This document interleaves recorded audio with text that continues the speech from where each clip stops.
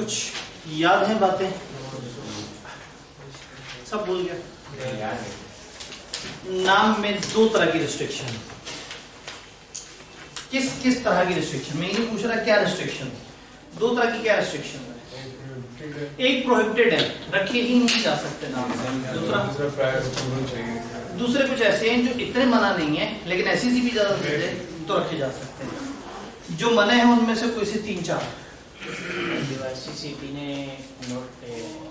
SCCP ने कुछ words वगैरह बता दिए कि ये वाले वर्ड्स, ये वाली टर्म नहीं करना चाहिए।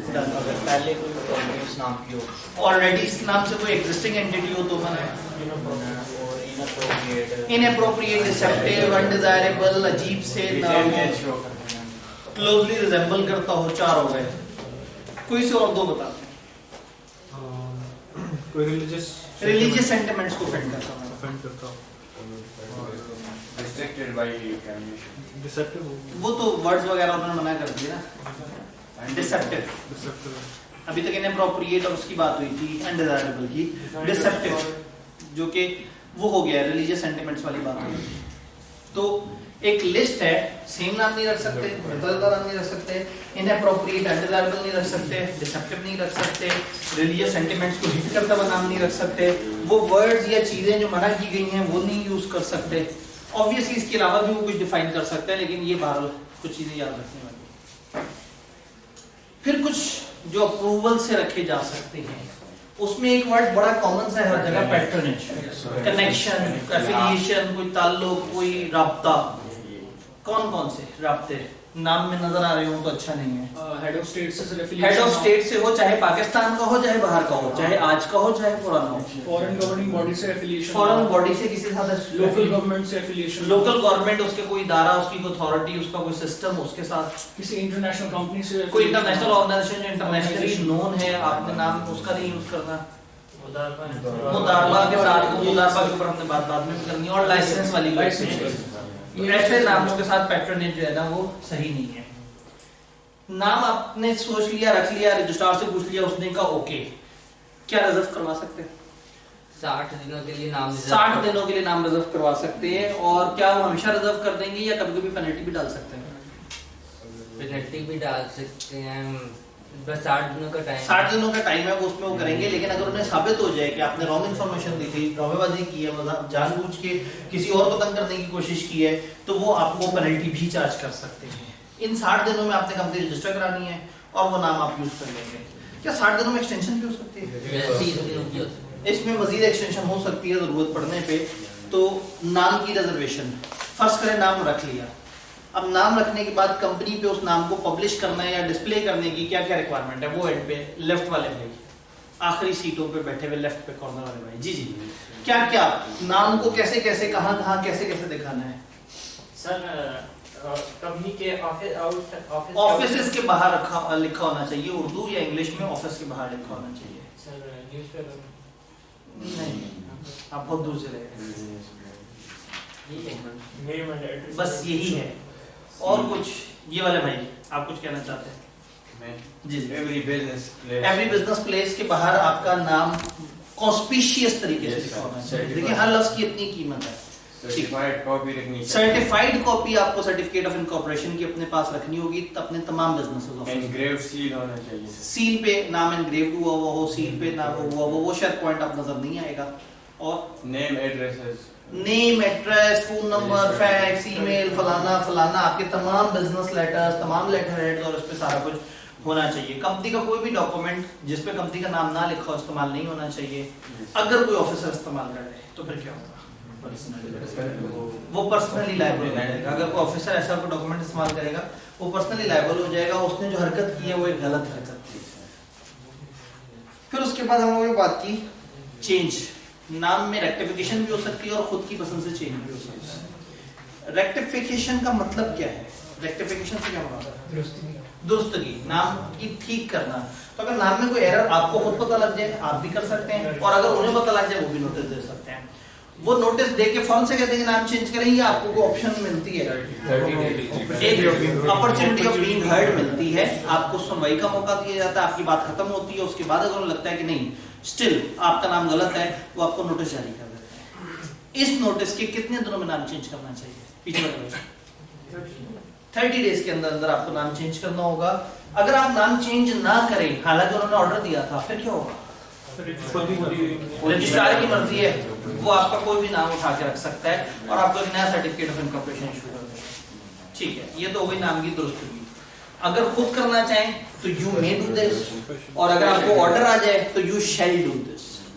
असूलन जिसका नाम गलत होगा ना, वो ये नहीं बताएगा कि नाम गलत है, वो दूसरे ऑप्शन की तरफ चला जाएगा, वॉलंटरी चेंज की तरफ। लेकिन लॉ ने ये ऑप्शन दिया है कि अगर आपका नाम, अब इसमें जो दुरुस्ती है ना, वहां डायरेक्टर्स करेंगे उसको, ठीक, मेंबर्स के पास इख्तियार नहीं जाएगा, क्योंकि कंपनी ने नाम चेंज करना है। उन्होंने ये नहीं कहा कि मेंबर्स की मीटिंग बुलाओ, वो नाम चेंज करेंगे। लेकिन जो वॉलंटरी चेंज है वो स्पेशल रेजोल्यूशन से होगा।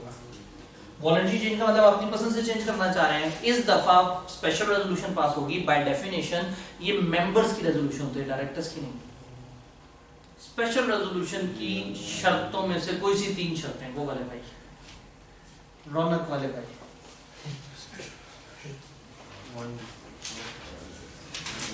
भाई ने कान तेज किए कि शायद आसपास कोई बच्चा बोल के बता दे, लेकिन आसपास वालों ने खुद सोचा कि पता नहीं क्या।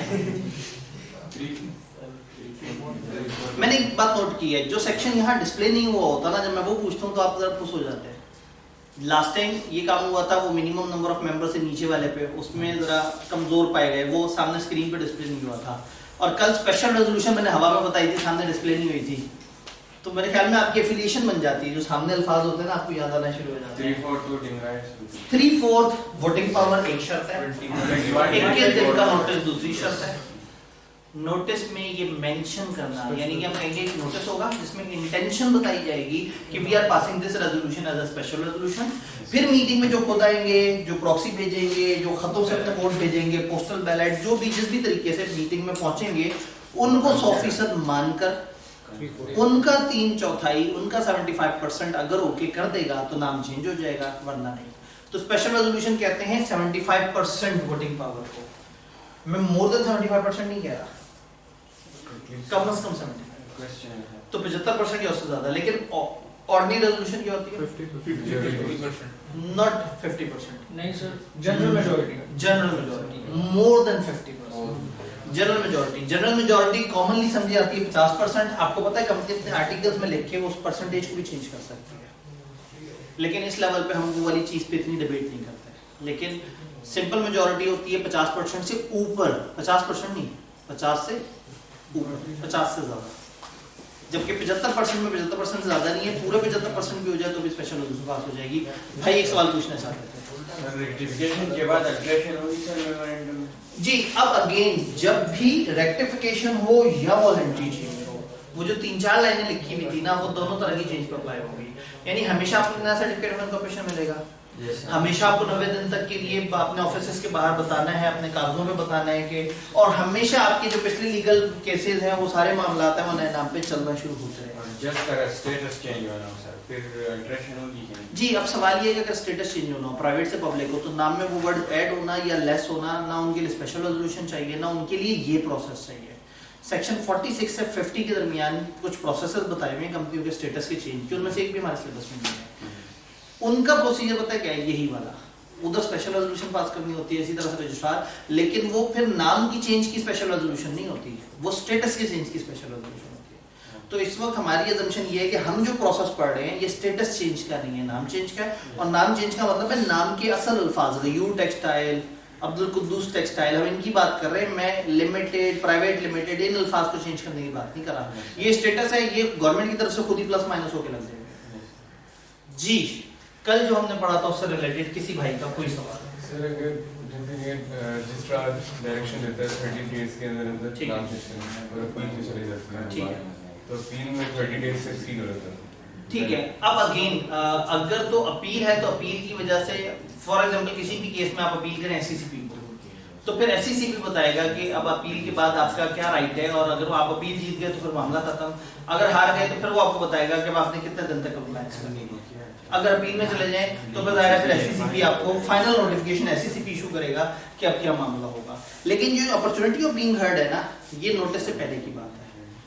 यानी कि कंपनी को एक दफा नोटिस आएगा जी आपके नाम में हमें मसला लगा है, क्लैरिफिकेशन में क्लैरिफिकेशन दी, नई बात बनी, नोटिस इशू कर देंगे, आप नाम चेंज कर दें। जी सर जो रजिस्ट्रार नेम जो है सर सिलेक्ट करेगा, ठीक है, फुल एंड फाइनल होगा या चेंज कर सकते हैं? देखें उसने चेंज कर दिया, फिलहाल तो वो बन गया। अब आप अगर आपको अच्छा नहीं लग रहा था, आप वॉलंटरी चेंज के प्रोसेस की तरफ जा सकते इस स्पेशल रेजोल्यूशन हैं। बस स्पेशल रेजोल्यूशन बेसिकली उनका मकसद आपको तकलीफ देना था, या लॉ में ये लिखना तकलीफ देने के लिए था कि आपको खामखा उलझन से गुजरना पड़ेगा कि कुछ अर्से तक पहले कंपनी का कुछ और नाम चल रहा था, फिर अचानक से 2 महीने के लिए कुछ और हो गया, फिर आपने बदल के कुछ और कर लिया, तो वो लोग भी तंग होंगे, तो आप नहीं चाहेंगे ऐसा हो, तो उन्हें डराने के लिए ऐसा कहा है। नाम के साथ ब्रांड भी बन जाता जाहिर है नाम बार बार चेंज होना ना इदारे की साख के लिए अच्छा नहीं होता। जी नाम से रिलेटेड इस चैप्टर में 3 बातें हैं, नाम के रूल्स, मेमोरेंडम के रूल्स और आर्टिकल्स के रूल्स। हमने एक दिन नाम के रूल्स पढ़े हैं, नाम के रूल्स में कोई सवाल? So ये names which require prior approval of SEC। जी जी सर आखिरी 2 पॉइंट्स अगर आखिरी 2 पॉइंट, उसमें से एक पॉइंट जो है मुदारबा का, उसको मैंने कैरी फॉरवर्ड किया कि मुदारबा का एक कंपनी का कॉन्सेप्ट मैं आपको समझाऊंगा, उसके बाद जरा इजी हो जाएगा। दूसरा है कि आप एक ऐसा नाम रख रहे हैं जिस नाम के साथ कुछ ना कुछ लाइसेंस वापसता है। मैं एग्जांपल प्रैक्टिकल एग्जांपल देता हूँ। फॉर एग्जांपल आपका नाम था पहले कोई गयू टेक्सटाइल, अब आप नाम चेंज करके कर रहे हैं गयू टेक्सटाइल एंड लीजिंग लिमिटेड। नाम में एक ऐसा वर्ड आ गया जिससे ये लग रहा है कि आप लीजिंग का काम करते हैं। लीजिंग का काम करने के लिए LAP से रजिस्टर होना पड़ता है, लीजिंग एसोसिएशन ऑफ पाकिस्तान, तो उसका लाइसेंस लिए बगैर आप लीजिंग नहीं कर सकते। तो इसका मतलब अब आपका नाम एक ऐसा पैट्रनेज आ गया जो लाइसेंस से, जिस तरह के नाम लाइसेंस याफ्ता होकर ऑपरेट करते हैं। तो अगर आप एक ऐसे नाम से ऑपरेट करेंगे जिससे आपके नाम से फील हो रहा होगा कि अच्छा ये तो लैब से रजिस्टर्ड लोग हैं, तो लैब वालों को बीच में मसला हो सकता है कि किसी ने हमारा नाम इस्तेमाल क्यों कर लिया। तो अगर आपके नाम में कुछ ऐसे वर्ड हैं जिससे ऐसा लग रहा है कि आप कोई लाइसेंस टाइप का बिजनेस कर रहे हैं, हमने तो अपने सिलेबस में एक ही लाइसेंस पढ़ा था, नॉट फॉर प्रॉफिट एसोसिएशन का। जो बैंकिंग कंपनी है इसमें ये लाइसेंस के थ्रू चल रही होती है, इंश्योरेंस कंपनियां लाइसेंस के थ्रू चल रही होती हैं, लीजिंग कंपनियां लाइसेंस के थ्रू चल रही होती हैं, NBFCs होती हैं, नॉन बैंकिंग फाइनेंस कंपनी, ये सब लाइसेंस के थ्रू चल रही होती हैं। तो किताब में वो एग्जांपल नहीं दी क्योंकि हमारे सिलेबस में उनकी इतनी डिटेल नहीं है। तो अगर आप कोई ऐसा नाम रखने लगे हैं जिससे लगेगा कि आप कोई one of the license activity करने लगे हैं, तो वो लाइसेंस एक्टिविटी उस इदारे के अप्रूवल के बगैर नहीं हो सकती। चाहे आप लीजिंग का काम ना करें, लेकिन आपके नाम से दुनिया तो समझेगी आप लीजिंग कर रहे हैं, तो फिर लीजिंग एसोसिएशन ऑफ पाकिस्तान से SECP इजाजत लेगा। कब? जब आप SECP से इजाजत लेंगे कि क्या हमें ये नाम रखने इजाजत है। तो ऐसा नाम जो which is subject to any license, जिससे लगे कि आप कोई लाइसेंस का किसी खास किस्म के लाइसेंस वाला बिजनेस कर रहे हैं, तो उसके ऊपर इजाजत लेनी पड़ेगी। जी नेम से रिलेटेड कोई सवाल, कोई परेशानी? सर आपने भी कहा कि अगर रेक्टिफिकेशन हो नेम में, जी जी तो वो डायरेक्टर करेंगे। जी जी बिल्कुल। तो सर वो उसमें फिर मेंबर्स एतराज नहीं करेंगे कि क्यों वो बता देंगे कि हमें ऑर्डर आ गया था, या बता देंगे कि हमें ये मसलो मसाइल आ गए थे कि हमारा नाम पहले सही था, अब लीगली गलत हो रहा था, तो इससे पहले कि हमें जुर्माना पड़ता हमने वसीयत मुफाद में चेंज कर लिया। मेंबर्स को बहुत जोश चढ़ेगा, ओके 10% पावर रखने वाला बंदा एक नोटिस दे देगा, कहेगा जी एक्स्ट्राऑर्डिनरी जनरल मीटिंग बुलाएं, नाम चेंज करना है, हमें अच्छा नहीं लग रहा।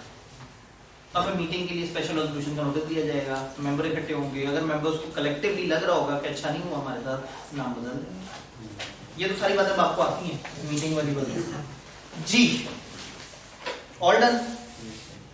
मेमोरेंडम खोलें, मेमोरेंडम की बात।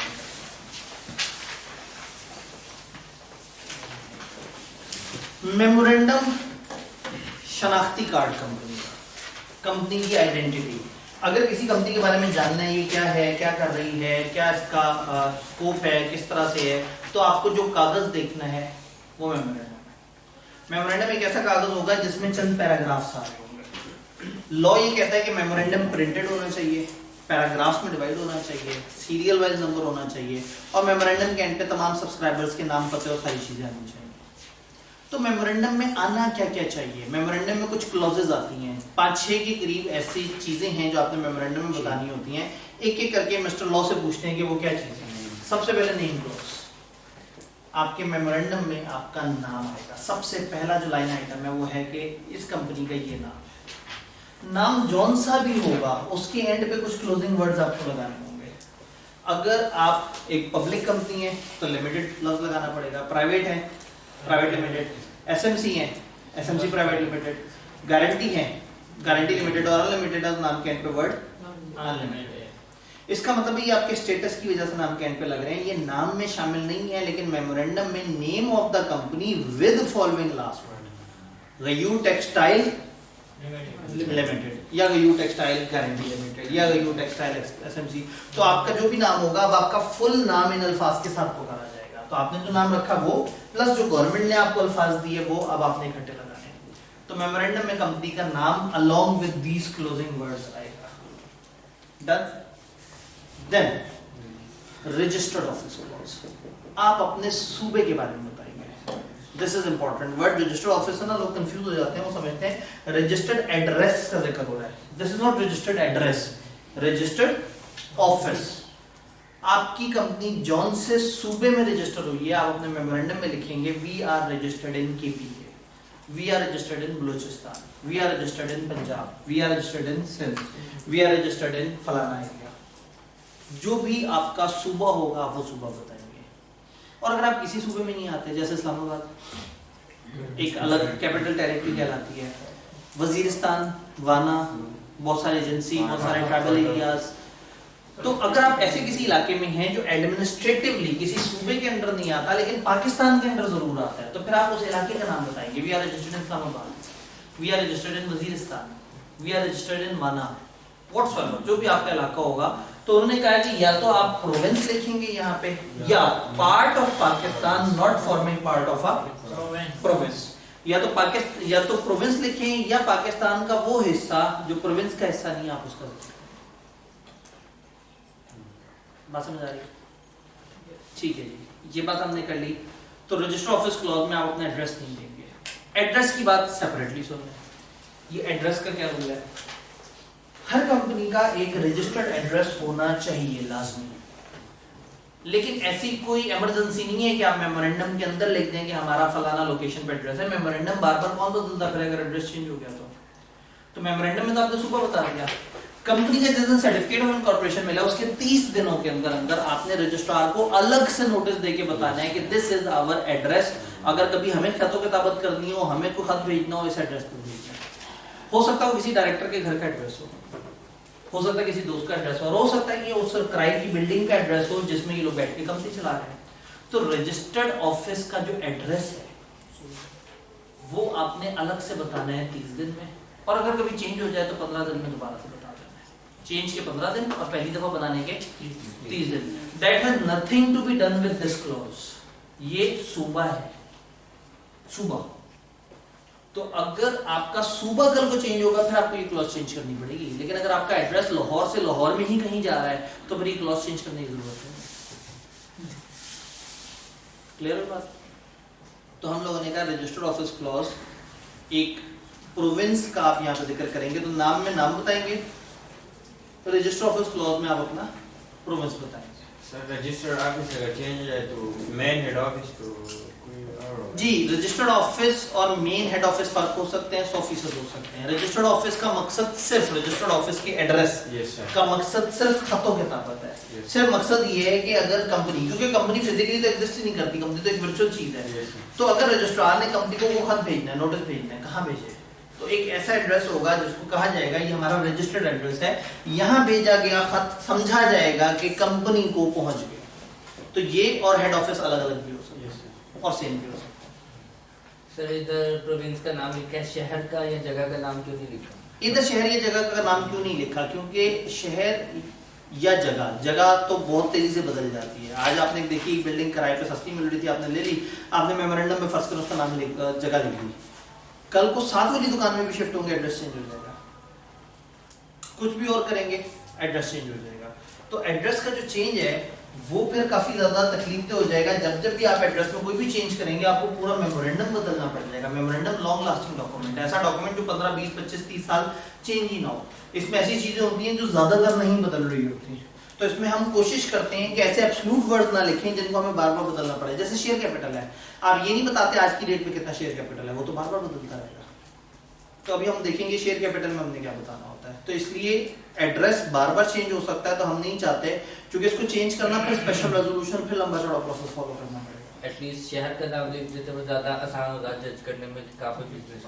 असल में बात यह है कि किसी ने मेमोरेंडम को उठा के कंपनी को ढूंढते हुए नहीं पहुंचना, बस मेमोरेंडम एक कंपनी की ओवरऑल शनाख्त है। सूबा क्यों बताते हैं? ताकि आप अपना सीआरओ मेंशन कर सकें, आपका किस रजिस्ट्रार के अंदर आते हैं, किस जोन में आते हैं। तो ये जोन उन्होंने बना दिए प्रोविंस को। जी रजिस्टर ऑफिस समझ आया, नेम समझ आया। एक स्टेप आगे जाते हैं, नेम लिख दिया, रजिस्टर ऑफिस लिख दिया, principal line of business, main business कौन सा होगा। एक कंपनी कई तरह के बिजनेस कर सकती है, बट किसी एक बिजनेस सेगमेंट को वो कहेगी हमारा प्रिंसिपल लाइन ऑफ बिजनेस है। कभी कभी कंपनी को बिजनेस शुरू करने से पहले पता होता है कि हम लोग मेन तो बेकरी का काम करने लगे हैं, हो सकता है हम कभी कुर्सियां भी बेचना शुरू कर दें। बिजनेस शुरू करते हुए आपको पता होता है कि हम तो मेन तो एजुकेशन का काम कर रहे होंगे, हो सकता है कभी कभार हम थोड़ा सा लेफ्ट राइट निकल जाए। तो आपने अपनी लाइन ऑफ बिजनेस बताना है, बिजनेस नहीं line of business. For example आप कपड़े का काम कर रहे हैं तो आप कहेंगे हम टेक्सटाइल का काम कर रहे हैं, लाइन ऑफ बिजनेस बताएं। आपने स्कूल शुरू किया हुआ तो आपके हम एजुकेशन सेक्टर के अंदर है, ताकि कल को यूनिवर्सिटी बनाए या कुछ और करें तो आपकी लाइन ऑफ बिजनेस ना हिले। तो आप ये देखेंगे कि आपका मेन लाइन ऑफ बिजनेस क्या है। अगर एक कंपनी के कई बिजनेसेस हैं तो आप देखेंगे कि उनमें से रेवेन्यू या एसेट्स किसमें ज्यादा है। अगर 3 बिजनेस हैं, एक में एसेट सबसे ज्यादा है, एक में रेवेन्यू सबसे ज्यादा है, फिर देखेंगे रेवेन्यू और एसेट में से ज्यादा बड़ी चीज क्या है।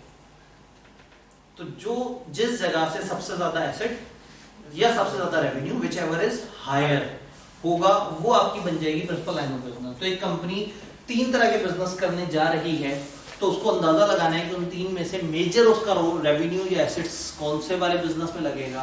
उस बिजनेस को आप कह देंगे ये हमारा प्रिंसिपल लाइन ऑफ बिजनेस है। ये नाम से मुताबिकत रखता हो, मैच करने का ये मतलब नहीं कि इसमें वो लफ्ज लिखे हो, लेकिन इसको और प्रिंसिपल लाइन ऑफ बिजनेस को आपस में देखें तो ऐसा ना लगे कि एक दूसरे के अगेंस्ट है। बात समझिए। तो कंपनी अब अपने सारे बिजनेसेस की डिटेल नहीं बताएगी। पुराने जमाने में 2017 से पहले जो कंपनी का ऑर्डिनेंस होता था उसमें आपने ऑल द बिजनेसेस बताने होते थे। तो मेमोरेंडम 17 सफ़े तक तो बिजनेसेस की लिस्ट बताता था, क्योंकि कंपनी वाले इतने डरे भी होते थे कि कल को कोई भी चीज मिस कर दी और बाद में वो काम किया तो हमें नोटिस इशू हो जाएगा। तो अगर एजुकेशन सेक्टर का सोचते थे तो स्कूल से लेके यूनिवर्सिटी तक बॉल पॉइंट की पब्लिश वो प्रिंटिंग पब्लिशिंग क्रिएशन तक बीच में डाल देते थे कि कल को थोड़ा सा भी लेफ्ट राइट हुए, अपनी पब्लिशिंग शुरू कर दी, प्रिंटिंग शुरू कर दी, अब बस्ते बना के देना शुरू कर दिए, तो वो भी फिर हमारे ऑब्जेक्ट्स में नजर आना चाहिए। आज के दौर में बहुत आसान हो गया, सेक्टर बता दें, अपनी प्रिंसिपल लाइन ऑफ बिजनेस बता दें कि ये। तो प्रिंसिपल लाइन ऑफ बिजनेस के बारे में जो लॉ के अल्फाज हैं, the business in which substantial assets are held और लाइकली टू बी हेल्ड। चलें, सब्सटेंशियल एसेट्स आर हेल्ड तो समझ आता है, लाइकली टू बी हेल्ड का क्या मतलब है? फ्यूचर में वहां हो सकते हैं। देखिए 2 तरह के काम हो सकते हैं ना। मेरा एक बिजनेस 10 साल से चल रहा है और मैंने सोचा कंपनी बना दूं उसे, तो फिर मैं देखूंगा मेरे चलते हुए बिजनेस में कहां सबसे ज्यादा एसेट हैं, आज हैं। और दूसरा क्या काम हो सकता है कि मैं आज कंपनी बना रहा हूं पहली दफा और मैं बिजनेस शुरू करना है और मेरा इरादा है कि ज्यादा एसेट मैंने फलाना बिजनेस में लगाने हैं। तो सब्सटेंशियल एसेट्स आर हेल्ड, या तो अभी मौजूद है, या मेरी अंदाजा ये है कि मेरा सबसे ज्यादा एसेट इधर होंगे, या एसेट्स पे बात होगी, या सब्सटेंशियल रेवेन्यू इज अर्न्ड और likely to be earned by a company. वो बिजनेस जिसमें आपके सबसे ज्यादा एसेट्स हो, या वो बिजनेस जिससे आपका सबसे ज्यादा रेवेन्यू आता हो। इन दोनों में अगर आपस में मुकाबला पड़ जाए तो विच एवर इज हाई, वो होगा हमारा principal line of business. Sir current situation में प्रिंसिपल लाइन ऑफ बिजनेस एक डिफाइन किया है, ठीक है, लेकिन दूसरा बिजनेस भी चल रहा है साथ में, ठीक है, वो दूसरा बिजनेस सुपरसीड कर दे।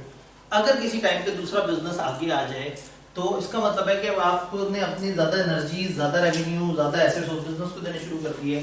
इसका मतलब है उस डेट पे देयर इज अ डिमांड कि आपका principal line of business change करना चाहिए आपको, तो फिर आप ये वाली क्लॉज चेंज कर देंगे। नॉर्मली एक कंपनी का जो मेजर बिजनेस है ना वो 15-20 साल तक भी नहीं बदलता, लेकिन आज का तेज दौर है, अगर बदल भी जाए तो लॉ ने मना नहीं किया, आप मेमोरेंडम चेंज कर सकते हैं। जी बातें समझ आएंगी? बिजनेस जो भी हो गैर कानूनी नहीं होना चाहिए। आ कंपनी में carry on any lawful business activity, और कोई भी लीगल काम कर सकती है। कोई ऐसा काम जो पाकिस्तान के लॉ ने मना किया है, किसी रूल रेगुलेशन ने मना किया है, किसी और तरह से, वो आप नहीं कर सकते। आपका बिजनेस हमेशा लीगल होना चाहिए। फिर एक गैर जरूरी बात है जो कि नहीं आनी चाहिए आपकी किताब में, एग्जिस्टिंग कंपनीज। कौन सी? दो registered before companies act 2017 may continue with their existing memorandum and their object clause be treated as principal line of business. पुराने जमाने में principal line of business नहीं कहते थे, हम कहते थे object clause. Object में आपने सारे object बताने होते थे. तो उन्होंने कहा जब 2017 में कंपनीज एक्ट आया तो उस वक्त जो पुरानी कंपनियों की ऑब्जेक्ट क्लॉज थी वो मानी जाएगी प्रिंसिपल लाइन ऑफ बिजनेस। एक और जुमला भी था, ऑब्जेक्ट्स में से जो नंबर 1 पे ऑब्जेक्ट लिखा हुआ है that shall be treated principal line of business. But ये जुमला 6 महीने की लाइफ थी इसकी, ये ट्रांजिशनल प्रोविजन होती है। नया जब लॉ आता है ना तो पुराने लॉ से जब उसने मुख्तलिफ बात की होती है तो कंपनियों को 6 महीने का टाइम देता है नए वाले सिस्टम पे शिफ्ट होने का। तो 6 महीने बाद ये जुमला लीगली अब जिंदा ही नहीं रहा। अभी जुमला ना बताए जाने की जरूरत है ना समझाए जाने की जरूरत है। ये उस वक्त था जब 2016 में 30 मई 2017 में जब कंपनीज एक्ट आया था तो ये उस वक्त के लिए था। अब ये फौत हो गया, लेकिन किताब ने बहरहाल चूंकि छापा मारा था सेक्शन का तो उन्होंने ये भी उठा के कॉपी पेस्ट कर दिया। और हमारी मजबूरी ये है कि किताब में मेरे एक चीज ना लिखी हुई और आईकेप में लिखी हो तो बच्चों ने एक दूसरे को सजेस्ट करना, उन्हें नहीं आबिद साहब की किताब में पूरी बातें ही नहीं होती। और अगर मैं इस पे नीचे एक और नोट दे देता कि भाई ये क्या कर रहे हैं, क्यों कर रहे हैं, और लंबी चौड़ी बात लिखता तो मेरी अपनी किताब में अल्फाज ज्यादा हो जाता है। मैंने इटैलिक तो नहीं कर दिया किताब में, दिखाएं जरा। मैंने कुछ ना कुछ उससे बेजारी का ऐलान करने की कोशिश की होगी।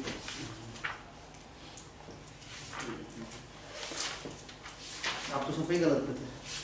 कैसे आप हाँ ठीक है ना, एंड पे करके मैंने एक लाइन का फासला देके उसको बाकी अपने भाइयों से दूर करके इटैलिक करके टेढ़ा बांका करके थोड़ा सा फील दिया है कि मतलब मैं बहुत ज्यादा सीरियस कंप्लीटनेस जरूरी है, लेकिन मतलब ऐसे कर दिया है कि उसे देख के आपके यहाँ ये बस पता नहीं क्या बात है, ऊपर वाले को रटा मारना है। समझ आई बात? एक दर्जा आगे बढ़ाते हैं। लाइबिलिटी क्लॉज, आप अपनी लाइबिलिटी बताइए। अब लाइबिलिटी में रुपए नहीं लिखेंगे आप, रुपए लिख दिए तो फिर तो बार बार बदलती रहेगी। आप लिमिटेड बाय शेयर में कहते हैं कि liability of members is limited, कितनी प्यारी बात है। तो फिर अनलिमिटेड में क्या कहेंगे? Liability of members is unlimited.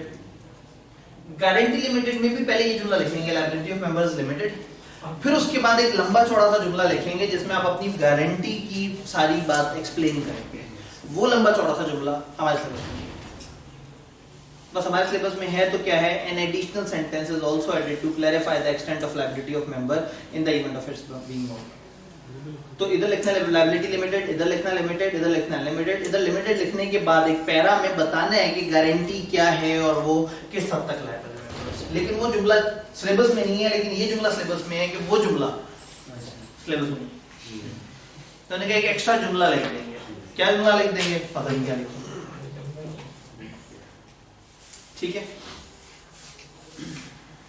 कंट्रीब्यूटरीज पढ़ाते हुए वो जुमला आया था और मैं उसे उस वक्त रिपीट किया था क्योंकि आपके सिलेबस में गारंटी लिमिटेड कंपनी की वाइंडिंग अप के वक्त कंपनी के मेंबर्स गारंटी अमाउंट के लिए लायबल होते हैं। कंपनी की वाइंडिंग अप के खर्चों के लिए, लिक्विडेटर वगैरह के सारे खर्चों के लिए, कंपनी के सारे जो लायबिलिटीज है उनकी सेटलमेंट के लिए और कंट्रीब्यूटरीज की आपस की सेटलमेंट के लिए। और सिर्फ उसी दिन नहीं, पिछले 1 साल में भी हुआ है तो भी उसके लिए लायबल। तो वो एक बड़ा सा जुमला इस तरह से करके हम लिखते हैं जिसमें वो सारी बात आती है, लेकिन वो बड़ा सा जुमला हमारे सिलेबस में अल्हम्दुलिल्लाह नहीं है। जब नहीं है तो हम क्यों उस पर ज्यादा परेशान हो। डन, कहानी थोड़ी सी आगे बढ़ती है। हमने अभी तक कितनी क्लॉजेस पढ़ी किबला? और अगर मैं कहूँ 4 चलें, आप 3 गिनवा दें कौन सी पढ़ी है? अच्छा इस समय तो कुछ और ज्यादा आ जाएगी। अच्छा चले, लायबिलिटी क्लॉज इस समय 4 हो जाएगी। Name clause, name clause, register office clause. पक्का मिस नहीं कर रहे, एक पूरा सफा पढ़ डालो हमने क्लॉज पे। प्रिंसिपल लाइन ऑफ बिजनेस, तो नेम पढ़ा, रजिस्टर ऑफिस पढ़ा, प्रिंसिपल लाइन ऑफ बिजनेस पढ़ा, लायबिलिटी क्लॉज पढ़ा। लायबिलिटी क्लॉज समझ आई? कुछ भी नहीं लिखना, बस लिखना लायबिलिटी लिमिटेड है या अनलिमिटेड है। और गारंटी लिमिटेड में एक और बड़े से जुमले से बता देना है कि कितनी को लिमिटेड है, पता नहीं कौन सा जुमला। Authorise share capital, share capital नहीं बोला, ऑथराइज शेयर कैपिटल बोला। अकाउंटिंग पढ़े हुए लोगों से अगर मैं पूछना चाहूँ कि ये authorise share capital, total share capital जितना कंपनी ने सोचा हुआ है, जो इशू करने का कभी ना कभी प्लान है, आज की डेट का कैपिटल नहीं, टोटल। कंपनी बनते वक्त एक दफा अंदाजा लगाती है कि कंपनी का क्या स्केल होगा, तो कंपनी एक कैपिटल की लिमिट अप्रूव करवा लेती है कि जी हमारा 2 करोड़ तक जा सकता है कैपिटल। उस हिसाब से वो आपको फीस वगैरह चार्ज करते हैं। आज की डेट में हो सकता है आपका 10 लाख कैपिटल हो, लेकिन आपने सोचा हुआ है कि अगले 2, 3, 4 साल में हमने 2 करोड़ तक जाना है या इतने करोड़ तक जाना है, तो जितना आपने मैक्सिमम जहां तक जाने का सोचा हुआ है वो क्या लाएगा, ऑथराइज्ड शेयर कैपिटल। तो 2 तरह के कैपिटल होते हैं, एक ऑथराइज्ड शेयर कैपिटल होता है, एक होता है इशूड। इसका पूरा नाम होता है issued subscribed and paid up capital. जितना आज की डेट पे आपका कैपिटल है वो issued subscribed and paid up है, और जितना आपने मैक्सिमम लिमिट सोची हुई थी वो क्या है, ऑथराइज्ड। तो मेमोरेंडम में वो लिखें जो बार बार बदले ना। पेड अप कैपिटल तो बदलता रहेगा, हर कुछ अर्से बाद नया कैपिटल इशू हो जाएगा, तो यहाँ आप लिखें ऑथराइज्ड कैपिटल।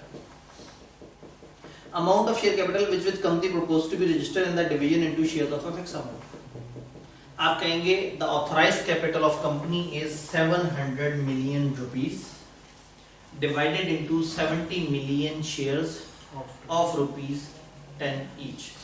हमारा authorized capital 70 करोड़ है, जो कि 7 करोड़ शेयर्स में तकसीम हुआ है और हर शेयर की मालियत है 10 रुपए। 3 बातें बतानी है उसे एक जुमले में। टोटल कैपिटल कितना है, नंबर ऑफ शेयर्स में कितना डिवाइड हुआ है, और पर शेयर वैल्यू कितनी है। Amount of share capital with which company proposes to be registered in the division into shares of a fix amount.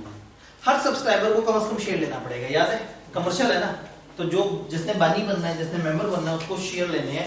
कम से कम एक भी ले सकता है, लेकिन शेयर लेने बड़े जरूरी है। हर शेयर होल्डर यानी हर सब्सक्राइबर इस वक्त अपने नाम के आगे लिखेगा कि उसने कितने शेयर लिए। जो कंपनी लिमिटेड बाय गारंटी होगी उसमें ये क्लॉज तभी आएगी जब शेयर कैपिटल है। अगर company limited by guarantee not having share capital तो ये वाली क्लॉज नहीं है। क्या ये सारी बात समझ आई? कंपनी का बिजनेस पेड अप कैपिटल से स्टार्ट होता है। हाँ, जितना पेड अप कैपिटल से स्टार्ट, जितना ये सब्सक्राइबर्स ने शुरू में पैसे दिए ये है असल में।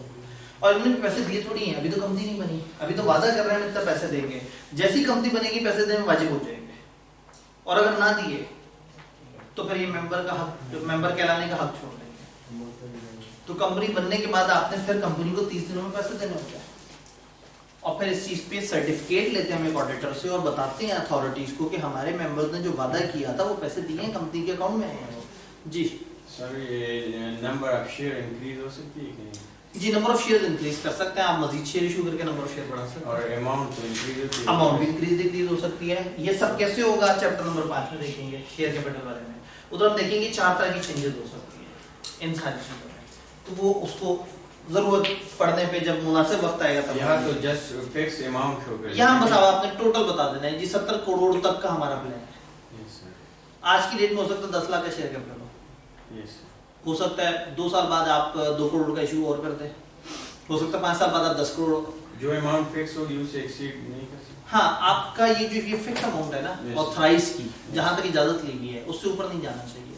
अगर आप ऊपर जाना प्लान कर रहे हैं तो फिर आपको ये वाली क्लॉज चेंज करनी पड़ेगी। यस सर, तो इसलिए हमने कहा था मेमोरेंडम में वो चीज लिख दें जो बार बार चेंज नहीं हो, लेकिन अगर जरूरत पड़े तो कोई जिद नहीं है, चेंज करवाने का रूल मौजूद है। Yes sir. कैसे करेंगे वो हम पढ़ सकते हैं बाद में।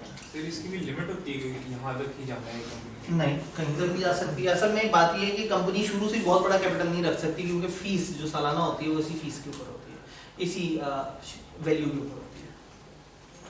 तो भी कंपनी ने सोचना है कि अगर उनका प्लान बार बार शेयर इशू करने का है तो ठीक है, एक दफा बड़ी लिमिट रख दें। और अगर उन्होंने सोचा है कि अगले 4-5 साल तक तो सुकून है, तो छोटे से शेयर कैपिटल ऑथराइज के साथ चलते रहें, जब जरूरत पड़ेगी तब फॉलो कर लेंगे प्रोसीजर। जी, बात समझ आई? मेमोरेंडम की क्लॉजेस हमने सारी की सारी लिख दी। अब एंड पे सब्सक्राइबर्स ने बताना है। सब्सक्राइबर्स ने क्या करना है, सब्सक्राइबर्स ने जुमला लिखना है और जुमले के साथ एक टेबल बना देना है, जिस टेबल में उन्होंने अपने नेम्स, अपने एड्रेसेस और अदर रिक्वायर्ड डिटेल्स देनी है। अदर रिक्वायर्ड डिटेल्स में उनकी ऑक्यूपेशन है, उनके एनआईसी नंबर है, अगर वो खातून है तो उनका शौहर या वालिद व्हाटसोएवर, उनकी नेशनैलिटी, ये सारी की सारी डिटेल आपने एंड पे देनी है सब्सक्राइबर ने। और हर सब्सक्राइबर ने अपने नाम के सामने साइन करने हैं। एक गवाह ने इसके ऊपर गवाही देनी है कि हाँ भाई ये वाला काम इस तरह से हुआ था। क्या जुमला लिखेंगे, ये टेबल लिखने के साथ एक जुमला लिखेंगे, वी द सेवरल पर्सन, हम चंद लोग, whose names and address are subscribed, जिनके नाम पते दिए गए, are desirous of being formed into a company, हम लोगों की ख्वाहिश है कि हम एक कंपनी में कन्वर्ट हो in pursuance of memorandum of association, इस मेमोरेंडम के मुताबिक, and we respectively agree to take the number of shares in the capital of company, जो कि हमारे नामों के आगे हम उतने शेयर खरीदने का वादा कर रहे हैं जितने शेयर हम सबके नामों के सामने रखेंगे। तो उसके बाद ये लोग साइन कर देंगे in the presence of witness, और विटनेस भी साइन करेगा और विटनेस अपने पर्टिकुलर्स भी बताएगा। बात समझ आई? तो इसका मतलब है ये कहलाएगी सब्सक्रिप्शन या अंडरटेकिंग क्लॉज के आपने एंड पे सारे सब्सक्राइबर्स और उनके डिटेल्स वगैरह डन। तो मेमोरेंडम के अंदर कुछ ये चीजें इस तरह से आ रही हैं, इसके बारे में थोड़ी सी डिटेल हमें आगे। इनका मेमोरेंडम और आर्टिकल्स जो हैं वो प्रिंट भी होने चाहिए, पैराग्राफ में डिवाइड भी होने चाहिए, पैराग्राफ की नंबरिंग भी होनी चाहिए, डेट भी होनी चाहिए, और तमाम सब्सक्राइबर साइन करें। और वो जो नहीं लिखा था अपनी डिटेल देंगे, ये डिटेल दें, नाम, ऑक्यूपेशन, फादर नेम, खातून के केस में हस्बैंड नेम, नेशनैलिटी, अपना address, other particulars as may be prescribe. मजीद उन्होंने हाइपरलिंक दे दिया कि अगर हमारा फिर भी कभी कुछ दिल किया तो ये प्रिस्क्राइब कर। ये किसके पास होगा? आप ये बना के रजिस्ट्रार को जमा करा देंगे, अब कंपनी के पास पड़ा हुआ है। अगर कोई मेंबर आपसे कंपनी बनने के बाद, सब्सक्राइबर्स के पास कोई मेमोरेंडम है, कंपनी बनने के बाद कोई मेंबर आपसे मेमोरेंडम की कॉपी लेना चाहता है, वो पैसे देगा और आपसे मेमोरेंडम की कॉपी ले सकता है। तो ये हमारी ओवरऑल अभी तक की कहानी है। कोई कंफ्यूजन, कोई बात, कोई परेशानी? मेमोरेंडम समझ आया? Yes sir. थोड़ी सी एक गैर जरूरी सी डिस्कशन है, चैप्टर 7 में जाके दोबारा आएगी, लेकिन अभी भी सुन लें। मेमोरेंडम में लिखा है या नहीं लिखा? मेमोरेंडम में तो आप अपने कंपनी का स्ट्रक्चर बताते हैं, कंपनी का प्रिंसिपल लाइन ऑफ बिजनेस बताते हैं। आपने अगर नहीं भी लिखा कि हम लोग बोरो कर सकते हैं, तो ये कंपनी का पैदाइशी और बुनियादी हक है कि वो बोरो कर सकते हैं। चैप्टर 7 में मैं ये जुमला फिर से रिपीट करूंगा, ये असल में चैप्टर 7 में आना चाहिए था, यहाँ नहीं आना चाहिए था, लेकिन अगर एक कंपनी के मेमोरेंडम में लिखा हो या ना लिखा हो, it is deemed to include, ये इम्प्लाइड पावर है कि कोई भी कंपनी किसी भी किस्म का लोन या कोई भी नॉट बेस्ड ऑन इंटरेस्ट कोई भी चीज लेना चाहे तो ले सकती है। इस जुमले को यहाँ पे आप अगर क्रॉस भी कर दें ज्यादा फर्क नहीं पड़ता, क्योंकि ये रेलेवेंट जगह पे आप दोबारा पढ़ें। डन। क्लोजिंग की कुछ बातों की तरफ आते हैं, एक जरा मैं एंड की करीब ना, चैप्टर का आखिरी यूनिट इन्होंने जो बनाया हुआ है। एक तो ये रजिस्टर ऑफिस ऑफ कंपनी की आप बात सुन सकते हैं, सिंगल प्लेस है जहाँ एड्रेस, जहाँ कम्युनिकेशन होगी, जरूरी नहीं कि हेड ऑफिस हो। कंपनी एड्रेस 30 दिन में बताएगी, चेंज होगा तो 15 दिन में बताएगी। अगर शहर चेंज करेंगे तो फिर स्पेशल रेजोल्यूशन चाहिए। अगर सिर्फ जगह चेंज करेंगे, सिर्फ अपनी लोकेशन चेंज करेंगे तो स्पेशल रेजोल्यूशन नहीं चाहिए। हम आगे जरा बस चैप्टर के इनकी जो क्लोजिंग वाली बातें हैं वो देख लें, जो कि अब आपको समझ आ जाएगी। कोई भी मेंबर अगर कंपनी को रिक्वेस्ट करेगा तो उसकी रिक्वेस्ट के 14 दिन के अंदर उसको मेमोरेंडम वगैरह की कॉपी मिल जाएगी। अगर मेमोरेंडम वगैरह में कोई चेंज हुई होगी तो इसको जो कॉपी मिलेगी उसमें वो चेंज मार्क हुई भी होगी। Act to override memorandum articles, ये एक्ट हमेशा हावी रहेगा किस पे? मेमोरेंडम, आर्टिकल, कॉन्ट्रैक्ट या एग्रीमेंट। सबसे कमजोर चीज है एग्रीमेंट। एग्रीमेंट से मजबूत होता है कॉन्ट्रैक्ट, कॉन्ट्रैक्ट से बड़ा होता है आर्टिकल, आर्टिकल से बड़ा होता है मेमोरेंडम, मेमोरेंडम से बड़ा होता है एक्ट। मेमोरेंडम में कुछ भी ऐसा लिख दें जो एक्ट के खिलाफ है, फारिग हो जाएगा। मेमोरेंडम में 15 बातें लिखी हैं जिनमें से 13 सही हैं और 2 एक्ट के खिलाफ हैं, वो 2 बातें नल एंड वॉइड हैं, वो नहीं कंसिडर की जाएंगी। एक्ट हमेशा ओवरराइड करेगा, एक्ट हमेशा भारी रहेगा। Any conflicting provision companies act के साथ contained in such document shall be, कोई भी ऐसी चीज जो कंफ्लिक्टिंग है वो फाइल हो जाएगी। ये बात समझ आई? तो ये जो एंड वाली बात जो सब्सक्राइबर अपने पैसे जमा कराते हैं वो वाली बात किताब ने यहाँ पे करके लिखी हुई है। रजिस्ट्रेशन हो जाने पे मेमोरेंडम और आर्टिकल कंपनी को बाउंड कर देते हैं जैसे कि उन्होंने साइन किया है। ये जुमला हमने पीछे पिछले चैप्टर में भी देखा था, पिछले चैप्टर का आखिरी यूनिट और चैप्टर का भी आखिरी यूनिट। जितने भी money payable by subscriber against the share है जो उसने अपने टेबल में लिखी थी वो एक डेट है और 30 दिनों के अंदर अंदर उसको ये पैसे देने होंगे। अगर इसने ये शेयर मनी डिपॉजिट नहीं कराई टाइम में तो उसके शेयर कैंसिल हो जाएंगे, उस सब्सक्राइबर का नाम निकाल दिया जाएगा और रजिस्ट्रार कंपनी को कोई भी हुक्म जारी करना चाहे रजिस्ट्रार की मर्जी है। अब रजिस्ट्रार को कौन बताएगा कि जो सब्सक्राइबर्स हैं क्या इन्होंने अपने पैसे वाकई जमा भी कराए थे कंपनी के अकाउंट में या नहीं। एक ऑडिटर का सर्टिफिकेट चाहिए, जो ऑडिटर सर्टिफिकेट में ये चीज बताएगा कि वाकई ही, और ऑडिटर भी चार्टर्ड अकाउंटेंट टाइप का, जो वाकई ही चेक करके बताएगा कि जो कंपनी के मेंबर्स हैं उन्होंने कंपनी के अकाउंट में पैसे जमा कराए। वरना तो हवाई बात है ना, चार बंदों ने मिलकर कहा हमारी कंपनी, उन्होंने कहा कर दी रजिस्टर और उन्होंने कहा हम कंपनी को पैसे देंगे और नहीं दिए, ऐसा नहीं होगा। अब कंपनी के ऑफिशियल बैंक अकाउंट में इन लोगों की तरफ से कंपनी को पैसे ट्रांसफर होने होंगे और एक ऑडिटर उस पैसे का ट्रांसफर देखेगा, उसके ऊपर रिपोर्ट देगा। ऐसा नहीं करेंगे तो लेवल 1 पेनल्टी भी पड़ेगी और प्लस आपका नाम रजिस्टर से खारिज भी हो जाएगा, आप उसके सब्सक्राइबर मेंबर नहीं रहेंगे। कंपनी से निकाल के कंपनी में डाल दें, कंपनी से पैसे लेके कंपनी में डाल देंगे। अगर कंपनी से ही पैसे निकाल के कंपनी में डाल दें, अगेन ऑडिटर इसी तो लेके आए हैं कि आप चालाकी करें तो उससे बड़ा चालाक हो। ये अभी से ही सोचते हैं क्या? देखिए बात ये कि कंपनी से निकालें कैसे, कंपनी से कैसे निकालें, कंपनी तो बनी है अभी, कंपनी का तो बैंक अकाउंट जीरो है, अभी तो काम शुरू ही तब होगा जब कंपनी के बैंक अकाउंट में उतने पैसे आएंगे जितने पैसे इन सब ने उस टेबल में वादा किया था कि मैं 10 लाख के शेयर लूंगा, मैं 5,000 के शेयर लूंगा, मैं इतने के शेयर लूंगा।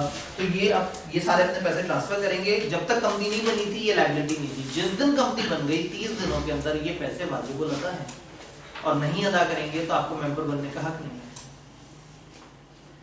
तो ये सारी इंटरेस्टिंग बातें थी और सारी आपस में कनेक्टेड बातें थी। तो ये 30 दिन 45 डेज के अंदर शामिल है? जी बिल्कुल ऐसा, यानी कि अब मजीद 15 दिन का आपके पास टाइम है। 30 दिनों के अंदर अकाउंट में पैसे आ जाने चाहिए और इस चीज की रिपोर्ट जो है वो 45 दिन तक जमा कराई जा सकती है, अगले 15 दिन तक। दोबारा देख लेते हैं। Receipt of subscription money from subscriber shall be reported by company to registrar on a specified form within 45 days from date of incorporation. ऊपर पढ़ते हैं। All money payable by subscriber against the share subscribed shall be a debt due from an and payable in cash within 30 days from the date of incorporation. तो 30 दिनों के अंदर पैसे आने हैं और अथॉरिटीज को 45 दिनों के अंदर बताना है, यानी कि अगले 15 दिनों के अंदर।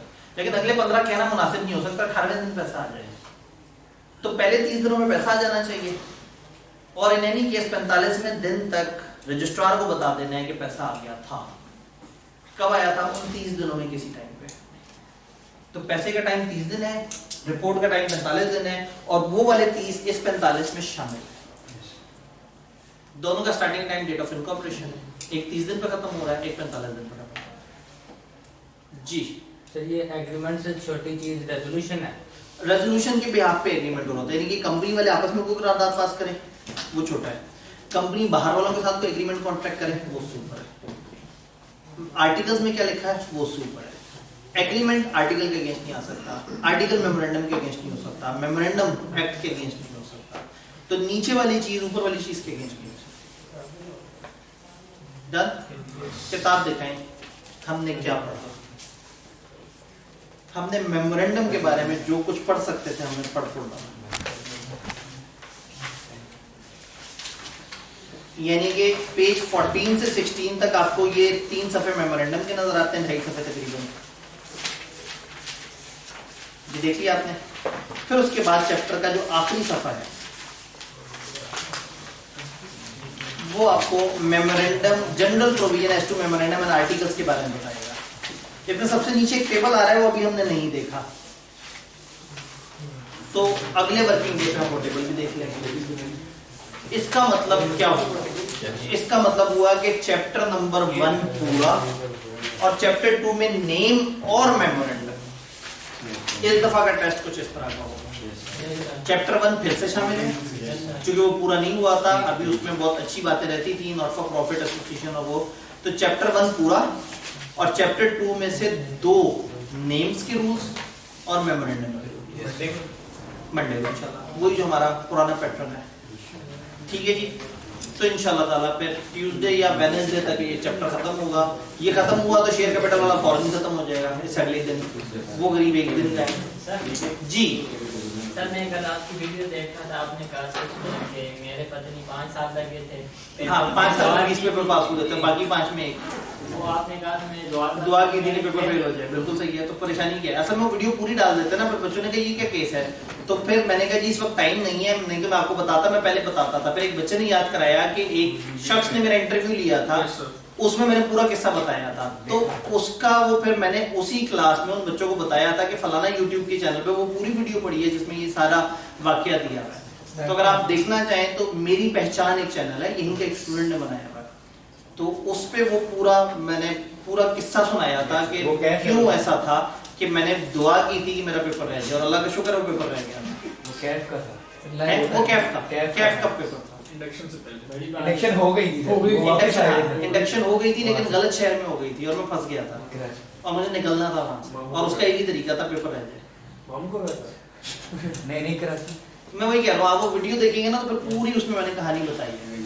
तो इसलिए ना ये फेसबुक वाले बड़ा गलत करते हैं, दरमियान से क्लिप लगा, वो उसको देख के ऐसा लग रहा है जैसे मैं बहुत मुतमईन बैठा हूँ कि हाँ पेपर फेल, बड़ा दुआ करिए, फेल हो गया, बड़ा चिल माहौल है, हो जाना चाहिए फेल।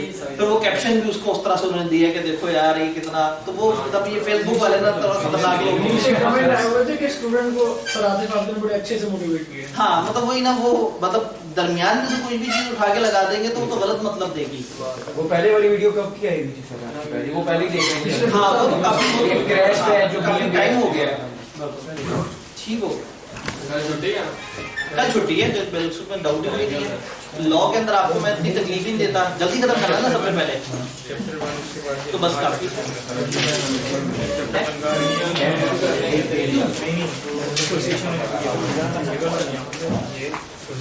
नीचे।